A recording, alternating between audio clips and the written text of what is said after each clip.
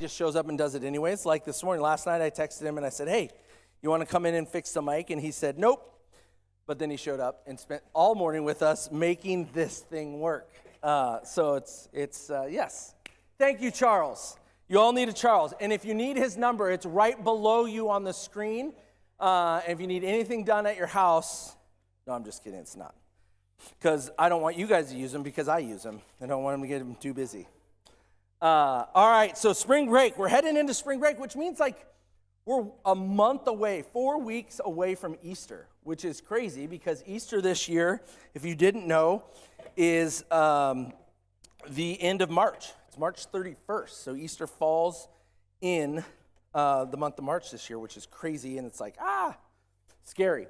So our family, this Easter, and kind of usually how Easter works is it kind of piggybacks around the spring break for the kids at school. And so usually, if it falls on the second half of spring break, then it's like we're shut down over spring break, like we're preparing for Easter and the Easter egg hunt and Good Friday and all that kind of stuff, which you'll find out all about that next week. We'll have all the different services we've got going on. But this year, it falls on the front half of spring break, and so our family's going to get away. And so on Easter Sunday, just after church, after we get cleaned up, we're going to jump in the car as a family of 7 now, and take off. And we're going to go and get away for most of that week, which is great. But what we're doing is we're cashing in on some hard work that we did as a family back during kind of the height of COVID. My brothers' in-laws have a house on Long Beach, and they needed a white picket fence built. And so back in 2021, they were trying to get bids on these fences, and it was astronomical. Because everybody was so busy because everybody was doing home projects during COVID. And so if you remember, there was lines at Home Depot, like out the door, and so they got these bids for this fence, and it was crazy because these contractors were like, hey, if we don't want the job, we'll just way overbid it, and then if they actually take us up on it, then man, we'll take it for sure. And so they couldn't find anybody that they thought was reasonable to build a fence, and so I said, I can build a fence. I've never built a fence. I could build a fence. And so we went off to Long Beach, Washington, and there's some pictures that will filter through behind me here. And we built a fence. Maybe they will, maybe they won't be up there. But the deal is that they paid us some money for building the fence. They bought all the supplies. They knew the local hardware sales owner or the hardware owner and had a bunch of stuff delivered. And then the deal was we'd get to come back and use the house. And we have not been back to use the house yet. And so this is our going back to use the house for spring break. And so, like I said, I hadn't ever built a fence before. It was a lot of work for the entire week for everyone in our family. Heather handled the majority of the painting of the fence. And then, are the pictures not coming up? They're just not showing up? All right. There were some great pictures. So I got Heather going and a lot of the family on painting. Oh, there it is. And then those things were so heavy. That's Micah. We had to dig those things out of the ground and then take them to the dump. I had to watch like hours of YouTube videos on how to build a fence.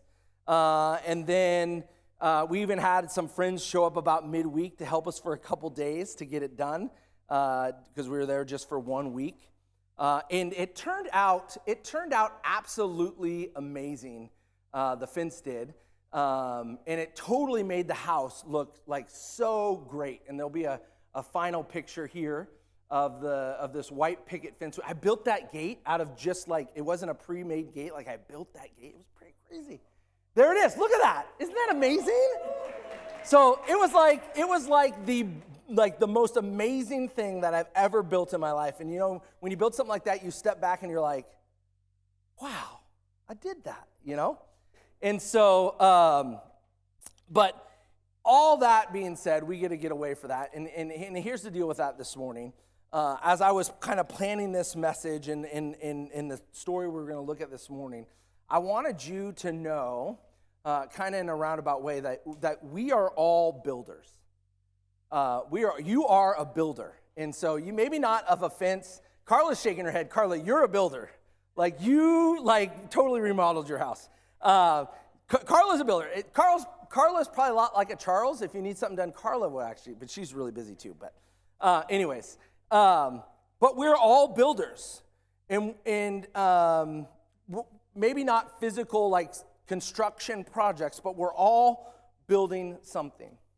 And today we're looking at a story of a builder in the Bible. That builder's Noah, and I think even if you haven't ever, like if this is your first time ever coming to church your whole entire life, you've heard about Noah.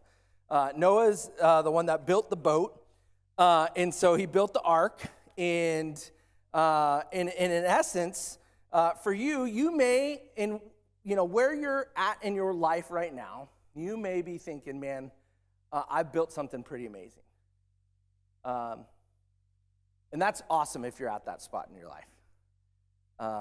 But you also may be at a spot where I've been far too often, where you step back and you look at what you've built and you think, man, that is a pile of rubbish.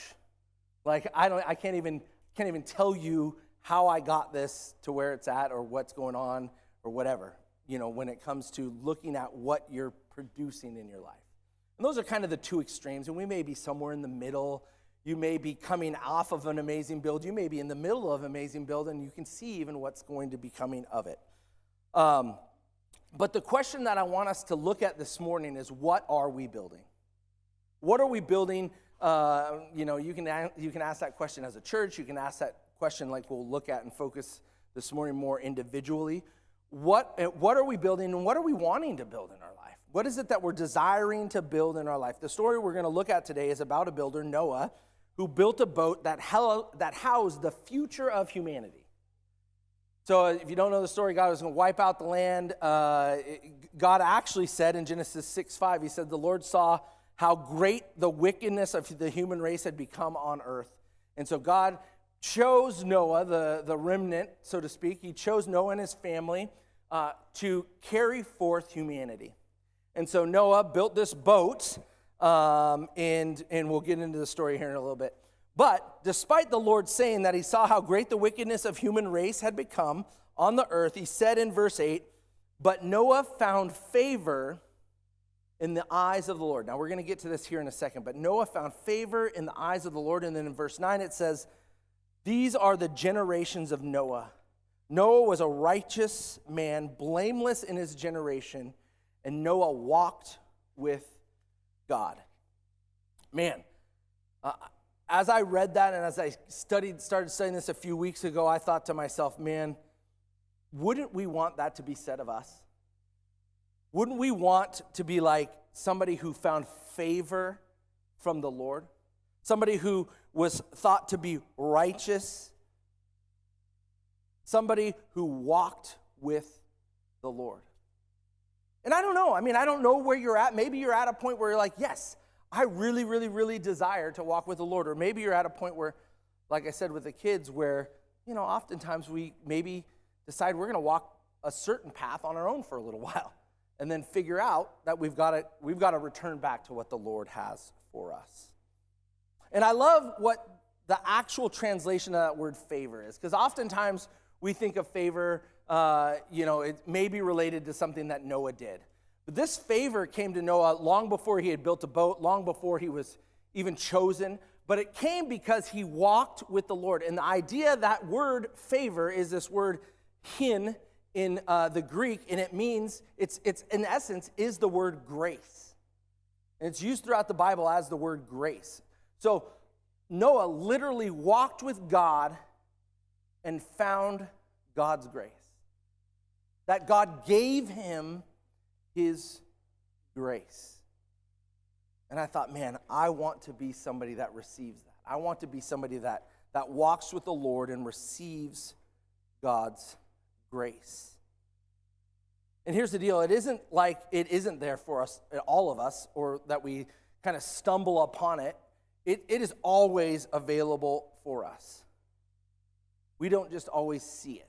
We don't just always grasp a hold of it. Unless we're actively doing what Noah did, and that is walking with the Lord. Genesis 6:5 says, "The Lord saw how great the wickedness of the human race had become on the earth." And we aren't, when we aren't walking with the Lord, oftentimes there's either you're walking with the Lord or you aren't walking with the Lord, right? There's literally you're kind of following his lead or you're going off on your own and you're doing things selfishly, which in this case is called what is this idea of wickedness that he saw in the land around us, those that weren't following the Lord. And oftentimes when we don't walk with the Lord, I like to call, there's peripheral around us. The things that are around us, when we're not walking with the Lord, those things distract us in life. All of the different areas of our lives, all the different things that we're kind of involved with in our lives, both either a negative or a positive. Oftentimes the things around us are not negative things, but they're things that distract us because we're doing that on our own. We're doing that for our own desire and our own selfishness, right? And so the peripheral of things around us swallow us up, right? And everything around us distracts us and derails us from what God has for us. And that can be said of Noah's life from the beginning as well. Actually, it can kind of be said of all mankind. When we get to the point where we do things and start walking on our own, we get distracted. We get derailed from what God desires for us, right? We get a clear picture of that at the beginning of Genesis with Adam and Eve, right? And Noah, in himself, like he built the Titanic. Like he built this massive thing that God had asked him to build. And can you imagine what was going on around him with the wickedness and everything that, I mean, can you imagine the people that would stroll by and out in his front yard, he was building this it wasn't even, it was like a whole village, right? So he's building this ark, and the amount of people that came by to distract him or derail him or challenge him in what he was doing. I can't even imagine. I mean, for me, like I get distracted by a lot of that far too often. But with Noah and this massive thing that he is undertaking, I'm sure that distraction was there. When I built that fence, I almost had three other jobs from that, right? People walk by because at that time, really, honestly, nobody could find anybody to build a fence. And so people, literally, neighbors would be like, "Hey, how far out is your work?" And I was like, "Yeah, it's just this week. Like, we're out, right? But how nice is your house?" No. Gain some vacations out of this, right? In Matthew 24:37, Jesus even refers to this idea of what was going on at that time, and that we would face this as well as people. Matthew 24:37, "As it was in the days of Noah, so it will be at the coming of the Son of Man." And he's talking about the distraction. He's talking about what he faced at that time. We will face some of the same stuff. Right? It says in Matthew that the people didn't know until the flood came and swept them away. Right? Noah knew because he had listened and walked with God. Noah said yes to God and walked with him. And that was just the beginning, right? Noah's yes to God to build that ark was just the beginning, and then he entered into the work. Like if I thought that fence was hard to build, man, to build what Noah built, the work would just begun. This tough stuff came after Noah's yes to God. Noah's yes led to building God's boat. And here's the deal. The boat wasn't Noah's good idea. I think oftentimes we can think of this storybook setting where Noah thought, "Man, you know what, I'm going to build an ark. God said he's going to flood the earth, and I'm going to build an ark." Noah didn't have in his brains a plan to build a boat. He wasn't like, "You know what? I want to build a boat. God, will you give me a reason to build a boat?" Right?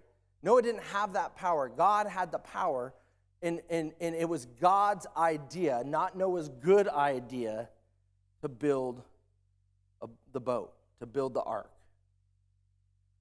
And I was thinking oftentimes for us, how often can we get distracted from God's ideas by our good ideas? An idea we think is like, oh, this is solid. This is something I really, really, really, really want to do, right? And it distracts us from God's idea and what God desires for us. God is the architect of the ark. God is the architect of Noah building the boat. Noah wasn't the architect. Noah's season of walking with him produced the ability to build it with him. And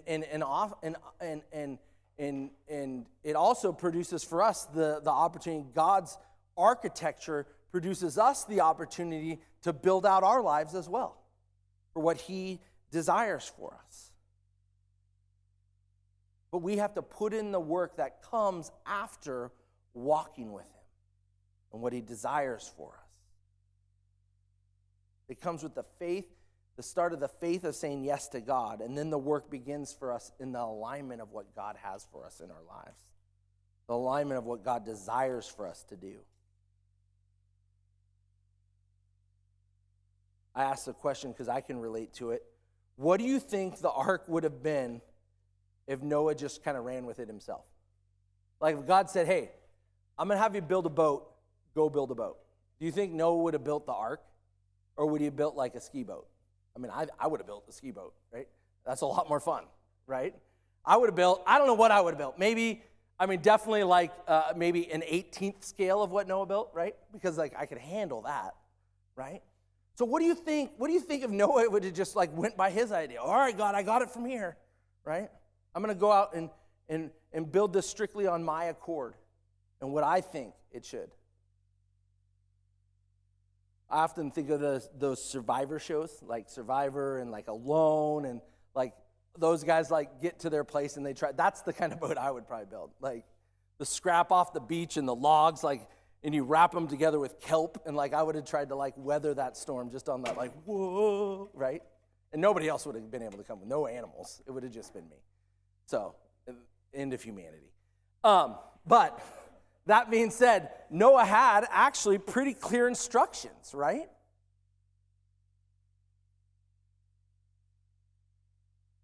Do you think if God would not have told Noah what to build, if he would have built that? Right? Genesis 6:14 says, so make yourself an ark of cypress or gopher wood, make rooms in it and coat it with pitch inside and out, and this is how you are to build it. The ark is to be 300 cubits long and 50 cubits wide and 30 cubits high. Make a roof on it, leaving below the roof an opening 1 cubit in length all the way around. Put a door in it. Put a door on the side of the ark and make it lower and make a middle and upper decks in that boat. And so God gives them kind of this clear build that he desires. Again, God being the architect, Noah being the one that's just walking with the Lord and saying yes to him. And I honestly think, the last thing that I thought was most likely a good idea, if I feel like that, this boat was 450 plus feet long, 75 feet wide, right? Micah stumbled on a video of Noah's Ark, sent it to Heather. I don't even think you knew I was preaching on Noah's Ark, but this video where they found it, and it's massive, right? And so this idea is that if I honestly think back to my good ideas are scaled to my desires and what I can do. That I even feel that if God told me to build something to scale, there was no way I would do it. I would oftentimes just resort to building something that I desired in my life. And maybe you can relate to that. God's idea, a yes to God, takes faith. It takes faith. A good idea is a convenient idea, right? My good ideas are often convenient for me, right? God's ideas are challenging, right? A good idea for me makes complete sense. It makes just total sense. It'll be clearly make sense all the way through the end of whatever process that I'm in. God's idea often go against what makes sense to me or what I desire in my life. Right? We may worry about, or worry out of control and asking God, or mainly putting God at arm's length because we're worried about the control that we may have in it. And go after the immediate, most convenient, easiest build that we have. It makes me think about this idea of Noah and how he was prepared. So in this story, obviously, we get the lesson of when we face things in our lives. Like God's big picture is what keeps us in that grace and favor from him, right? Noah built a boat because God told him the storm was coming. And so because of that, I asked us that quick question of how many of you, like I kind of entered into this day, how many of you would think, I'm in a little bit of a storm? My life right now would be equivalent of somewhat of a storm. And I hate to kind of give you the bad news. If you're not in that storm, and I've said this before, if you're not in the storm, there's probably a storm coming, right? Because that's just how life works, right? And so in this moment, Noah, walking with God, finding favor with God, finding grace with God, knew that a storm was coming, and so he prepared for what was to come by listening to God and what he had for him to do. And oftentimes for us, even in the smallest storms, or often in the smallest storms are just as powerful as the bigger storms in our life, right? Spilling coffee in your truck is a small storm. It's a relatively small storm. But I gave it quite a bit of power this morning, right? In my idea of approach to the morning, right? When we are walking with God, the storms in our lives seem smaller, or like they're not even there, right? Like we just brush them off because we know that God has proven himself to be in control over and over and over in our lives. And there's this element of God preparing, or God's presence lessening the storm for us. God preparing us for the storm. When we walk with him, that in an essence is him preparing us for what we will face and what we will go through, inevitably, right? I think about that story of the disciples on the boat, right? They're on the boat. Jesus is napping in the middle of the storm because he knows he's actually got total control. The disciples don't realize that Jesus has got control. So they're freaking out, and then they go out and cry to Jesus, right? And then Jesus does what he does. He calms the storm. He lessens the storm. He allows them to see his power, right? I think about it this way. We had a lighter, it's funny. We had a lighter winter, but then we get like just a dumping of snow last night, right? And I don't know if you were on, social media and that kind of stuff. Like people were like, "Oh, I wasn't prepared for this. I went to town in the morning. Should I even come home?" Right? Like, should I come home? Like, how are the roads? Can I get? My neighbor texted me, "Do you think I could get to the house?" I was like, "Yeah, you could probably get to the house." But here's the deal. Like, I mean, it was unexpected, right? And when we get, even in our lighter winter this winter, we get a couple inches of snow, what happens? Shut it down. Like, kids stay home from school. We get like a second spring break or an early spring break, right? And we're like, pulling our hair out because now we weren't planning on this. We weren't prepared for this. But here's the deal. You go to Minnesota, Colorado, like those places, they get 3 feet of snow and school's running on time, right? But it's because they're prepared, right? They're prepared, right? They have the material. They have the equipment. They know the type of snow they have and driving in it and all that kind of stuff. Like they just know, right? And it's not that it's on us that we're not prepared. It's just like it's not where we're at. We're in the Northwest. Like, it rains a lot, right? We can help you if your basement floods. They can help you if it snows a lot, right? But here's the deal. That's that preparedness that God has for us, and he desires for us. There are some people, it's kind of funny, I laugh at it. There are some people that speculate that it never rained until the rain that came to flood the earth with Noah. Like, nowhere in the Bible does it say it rained until then. And I was like, the garden was really green. He was tilling the land. Like, you have to have rain for the plants. I know all that kind of stuff. I'm not going to say that is exactly what happened, but the idea is, what's true about that is that even though everything that happened and probably had rained before, or if it didn't rain, whatever, when we are hit with something that doesn't make sense, it's really hard.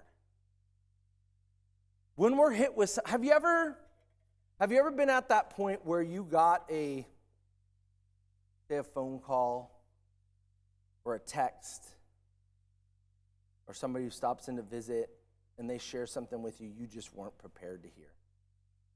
I mean, it can be from a good friend, maybe a doctor, maybe family member, where they share something with you and you just didn't even see it coming. And can you remember that feeling you had in that moment? Because you weren't prepared, or you didn't expect it at all? You're like, that coming. Or, man, never would have thought.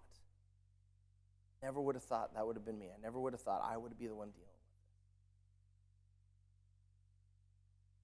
it. And I think that is, in essence, kind of the idea God approached Noah with this idea of rain. Now, whether it rained or not, that's not a thing. But the idea is that God listened and was prepared, or Noah listened and was prepared when that rain came. And then when the rain started to build and water started filling the earth, Noah was probably like, man. I actually got one of those texts. Dave texted me at 7 a.m. yesterday morning. Hey, are you awake? Dave's leading worship this morning. I'm like, oh no, not another Sunday where the worship leader can't make it in, and it's like, no, I just need to change the keys on one of the songs. All right, I can handle that, right? But when we're not prepared for it, in our lives, our mindset, our attitude, our focus kind of depicts a reaction. When it started raining, I imagine Noah thought, God was right. I listened. And I was prepared, right? And when that water started to rise, unless Noah was like me and was only 80% done with the house project, I've got a bunch of 80% done house projects. Heather reminds me of that often. Noah had finished that ark. And when he listened to the Lord, he realized that the actions that followed while he was listening and walking with the Lord and him saying yes, that he was rest assured that God would keep him blessed throughout the storm, that he would weather that storm, that he would get through it. And often, like, we think of Noah and the ark as this cute story of the boat, a flood, a guy, and some animals, and then a rainbow. That story is actually full of heartache and death and destruction and chaos. But there's a sense of knowing the Lord is there, because the Lord shared with Noah what was to come, what was to happen. I think about as that water rose and the boat was just floating out there, like Noah didn't have control of an udder, right? It just floated. And God floated it through and allowed it to go wherever it needed to go. And Noah had to continue to trust God in that. And then there's crazy ideas in the story that, like, the only hole in the boat that was open was a hole that faced up, and that made it so they were facing up to the heavens at all times and they could see. I mean, like crazy stuff like that. Or that there was only one door that opened, right? There's only one way. There's only one way that is following our Lord and walking with the Lord, that door shut.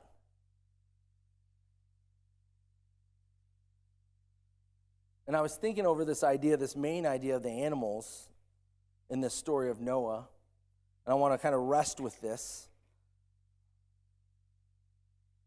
and how it might have gone down for Noah to gather these animals. So if you think about it, Noah he brought on what God instructed is there'd be 2 animals of every kind on the boat. And I always thought that Noah went out and got the animals. He went out and got 2 lions and he brought them on. He went out and got 2 elephants and brought them on. And I thought to myself, I couldn't even head down to Lake Louise, fish for 2 hours and catch 2 fish. Right? And there ain't no way, that mouse that's in my, I can hear him running in my basement. I would never be able to catch that mouse. And here Noah went out and got 2 of every animal, right? And then it kind of struck me. Because there's this idea that Winston is actually the only animal. That's our dog. I'm the only human he really listens to, so I could catch Winston. But it's because he knows my voice. He knows I'm the authoritative voice in the house. And so last night, Micah went to go put Winston to bed, and Winston was laying with Mom and would not get up. Growled and barked at him. I literally just walked down the hall and opened the door, and Winston jumped off the bed and then walked. I didn't even have to use my words. He just knew, right? He just knew that's how it was going to work. And I heard it said this way, that God's creation, you and me and the animals, are all designed to hear God's voice. We are all designed to hear and discern the voice of God. And so I reread over Genesis 6:20. It says this: of the birds according to their kinds, and of the animals according to their kinds, of every creeping thing of the ground according to its kind, 2 of every sort shall come into you, and you are to keep them alive. And so that moment where those animals kind of walked onto the ark, they did it because they had heard the voice of their Creator. And they just obeyed and went. It wasn't Noah running around gathering them. Now, if you jump ahead a chapter, there was sacrificial animals that Noah went out and gathered, clean and unclean animals. And if you know the whole story, Noah builds an altar after dry land comes and the aroma fills the air, and God is pleased with the sacrifice. There's some work still to be done, even at that end of that story. After even building the board, there's more work to be done. And so Noah goes out and gathers some of those animals. But in essence, God instructed even the animals to obey his voice. And I often think, if I was to weigh the way I react to God, I would think these animals listen to God far better than I listen to God and what he desires for me. And in John 10, 27 through 28, it says, my sheep listen to my voice. I know them, and they follow me. I give them eternal life, and they shall never perish. No one will snatch them out of my hand. I think to myself, why would the shepherd go after that one sheep? That one sheep is a sheep that didn't listen to the shepherd's voice and went off on his own and went out on his own. And he left the 99 who were listening to his voice, who were following his instructions, who were in line and in alignment of what he had for them. And he knew that about them, so he went off and got that one sheep. And there's an element of walking with God in order to hear his voice, in order to recognize his voice. And here's the deal, church. Like I said it last week, man, we don't even know how many ways or how many times we might have heard his voice and not or did not respond. We can't even measure that because we missed out on it, because we weren't walking with him. We were distracted.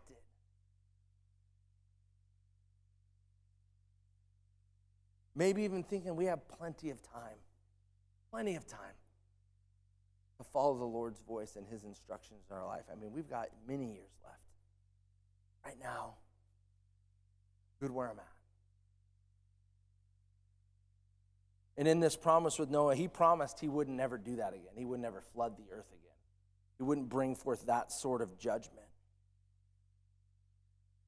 But church, we cannot individually continue to allow the calling or the proverbial doors in our lives that God opens for us to shut because we just choose not to listen, not to walk, and not to recognize his voice in our lives. We have to react. We have to push into his clear instruction. We have to receive the call that he puts. And that's a weird word. The call that he put on. Like, it's walking with him. Walking with him where he's walking, right? Where he's leading us. We have to listen and we have to react. And we have to allow it to play out in our lives. We have to trust that it is going to play out the way he desires for it in our lives. With his blessing and his favor and his grace given to us in whatever season it is that we're facing. I want to invite the band to come forward. And I'm going to just pray that over us this morning. That we may be a people who continue to walk in alignment with what he desires for. That we may be a people that continue to walk through the doors that he opens, the opportunities and the calls that he has on our life. Will you pray with me? Lord, we thank you for this crazy story of Noah. We thank you for the example that it plays in the trusting in him to carry forth humanity. Lord, I thank you for the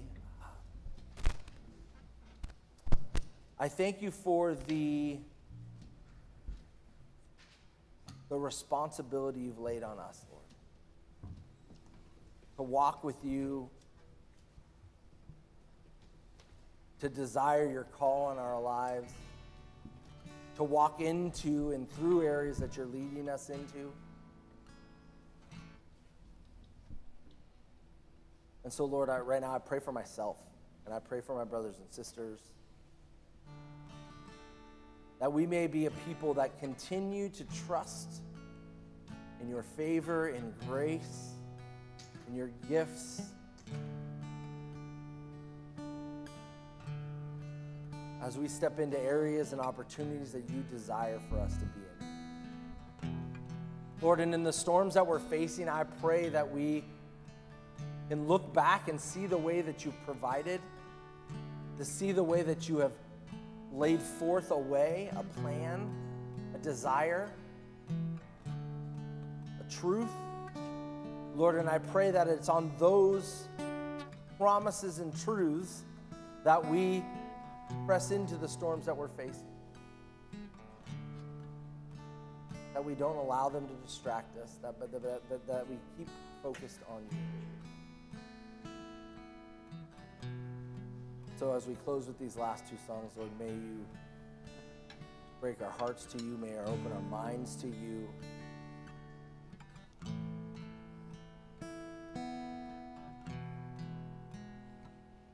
May we just receive your blessing.